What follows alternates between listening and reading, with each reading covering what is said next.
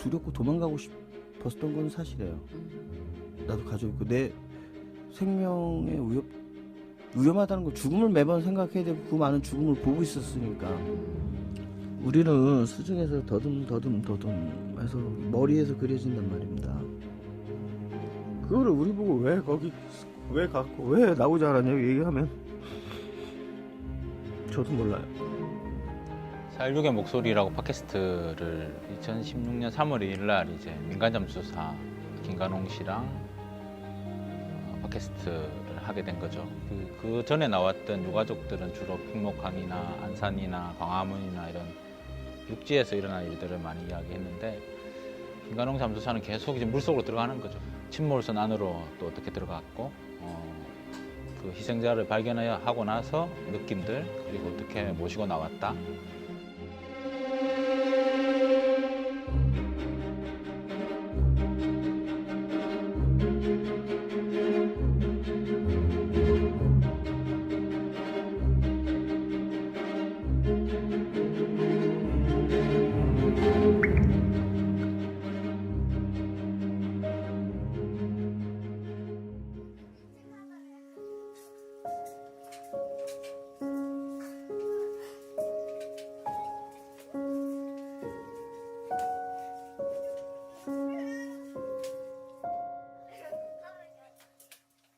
처음엔 가지 말라고 했었어요. 네. 가지 말라고 했는데 마음을 못 잡더라고요. 계속. 항상 거기에 신선이 가 있었고 그래서 그러면 가라. 어차피 우리도 아이 키우는 부모니까.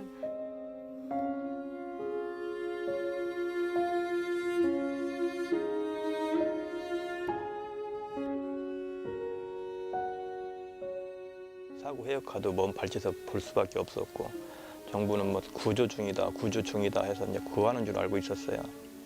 아, 고맙죠. 아이를 보고 나서 죽었다는 거, 이제 죽었구나. 그래서 가슴에 묻을 수 있다는 거, 그걸 봤기 때문에 이제 지금까지 가슴에 묻는 것 같아요. 그래서 가슴에 묻고 산다는 말을 그런 데 사는 것 같아요.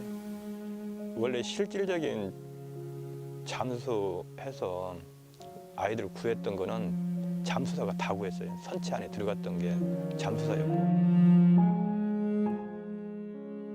황지연 양 마지막에 나올 때 어떻게 한 줄 알아요? 쌀부터 81짜리 2개 찢어갖고 연결해갖고 황지연 양 모시고 나왔어. 그때까지 됐다는 거 아니야. 죽음에 대한 뭐 존중이 필요해요. 애들하고 숨복복주의도 했어. 병원에. 민간 잠수사들이 배 안에 들어갔다 와요. 선체에 들어갔다 와서 막 울어요. 울면은 왜 그러시냐고 또 물어보면은 안에 들어갔는데 아이들이 서로 팔짱을 서로 쫙 끼고 앉아 있는 모습을 보니까 미치겠다는 거예요.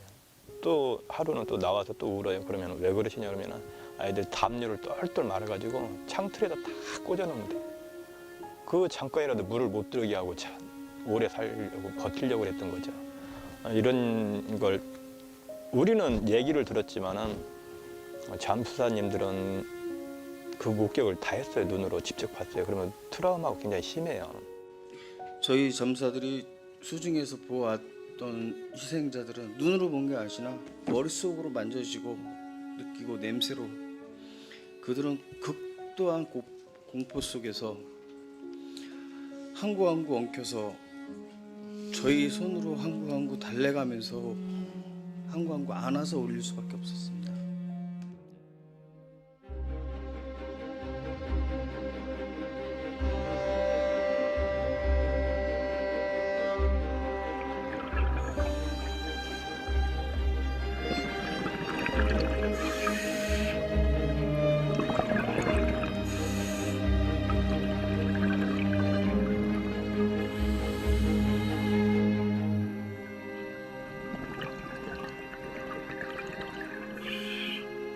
이 사람들은 해경 독촉을 해요. 또 들어가달라고. 그래서 하루에 3번, 여기 김관웅 잠수사 같은 게 5번까지 들어가 봤다는 거예요. 하루도 안 쉬고. 그렇게까지 들어갔는지도 몰랐고 중간에 쓰러진 것도 몰랐어요.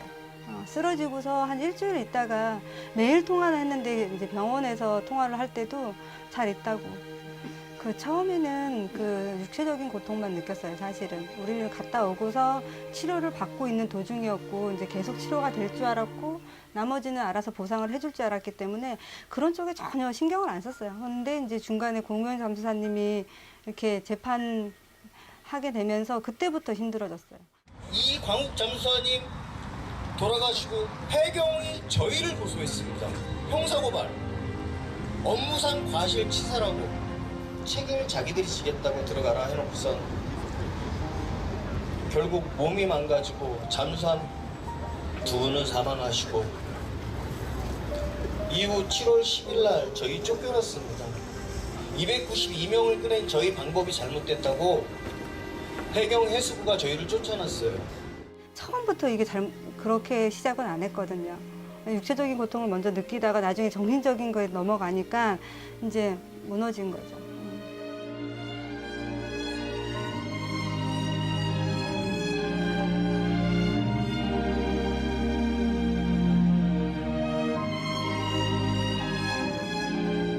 자기들이 영웅이 아니다라고 이야기를 이제 다 하세요. 그 배 안으로 들어가서 이제 살아있는 사람을 구조한 건 아니라는 거죠. 그러니까 자기들이 한 일은 이제 너무 늦게 가서 이미 이제 목숨이 끊긴 희생자들을 모시고 나온 거니까.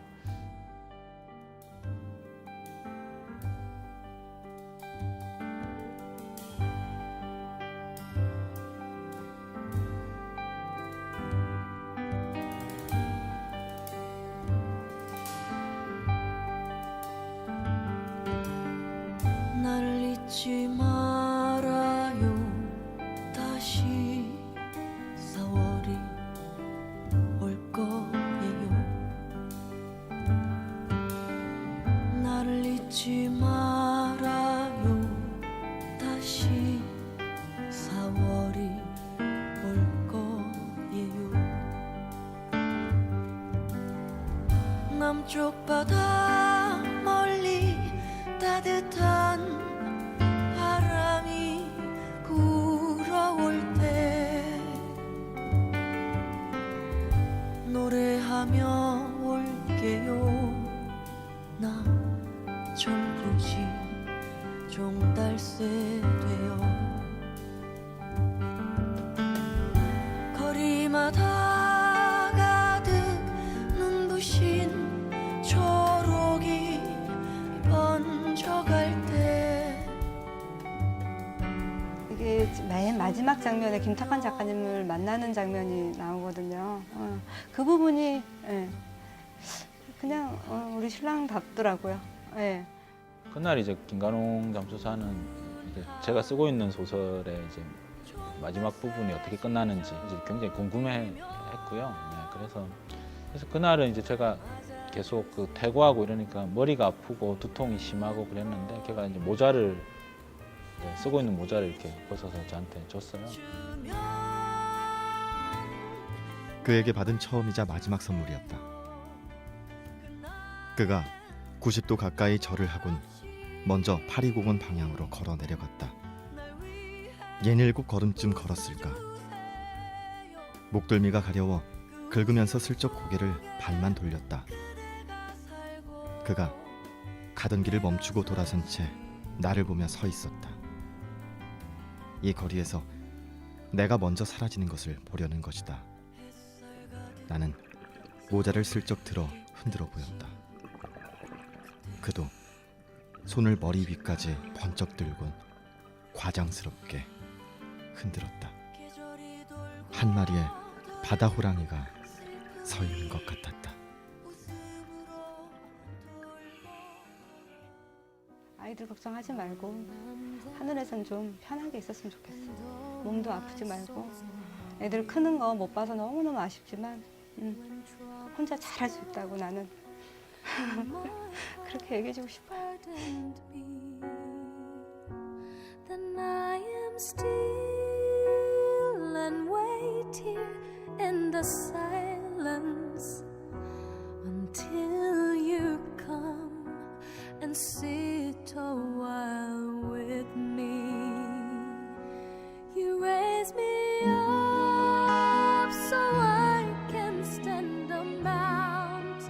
이제 김관홍법이라고 저희가 명명한 법을 발의를 했고, 그건 뭐냐면 세월호 참사로 인해서 상처를 받으신 분이 굉장히 많아요. 근데 정부가 얘기했던 거, 그리고 여야가 합의해서 만들었던 기존의 그 지원법으로는요, 충분하게 그분들을 치료를 해줄 수가 없었습니다. 특히 그다음에 민간 잠수사분들도 그 지원법의 지원 대상이 되지 않았었어요.